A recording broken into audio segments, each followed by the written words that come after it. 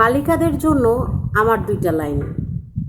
সে তোমাকে মেসেজ করছে, সে তোমাকে কল করছে, এখন তোমার তাকে অনেক দরকার, অবশ্যই কোনো দরকার, কাজে দরকার, বা সে এখন ফ্রি, তাই তোমার কথা সে মনে করছে।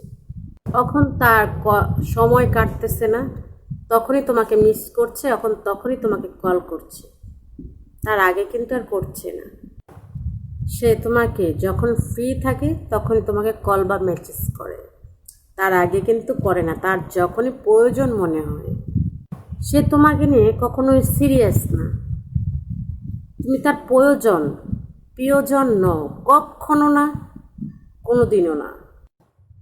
ঘরে নিজের বউ থাকে না খাইয়া, আর বড় বড় লেকচার মারে আরেক বেটার বউর কাছে যাইয়া।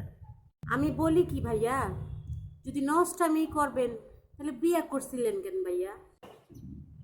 বাবা মারা যাওয়ার পর চাচার কাছে যেয়ে দেখুন, মা মারা যাওয়ার পর খালার কাছে যেয়ে দেখুন, খালি পকেটে রাস্তা বের হয়ে দেখুন, আর কালো চেহারা নিয়ে প্রেম করতে যেয়ে দেখুন, তখন যেটা শিখবেন একটা বিশ্ববিদ্যালয়েও শিখতে পারবেন না যায়া। কি বুঝলেন? জীবন অনেক নিষ্ঠুর। কবি বলেছেন, আত্মীয় স্বজনকে ব্লক করে দেওয়া উচিত, যারা ভিডিও দেখে মোবাইলে আর কমেন্ট করে বাড়িতে আইসা। বৌমা, জি মা। আমি আমার ছেলেকে অনেক কষ্ট করে মানুষ করেছি। না, আমাদের বাবা মা তো আমাদেরকে ইউটিউব থেকে ডাউনলোড দিয়েছে।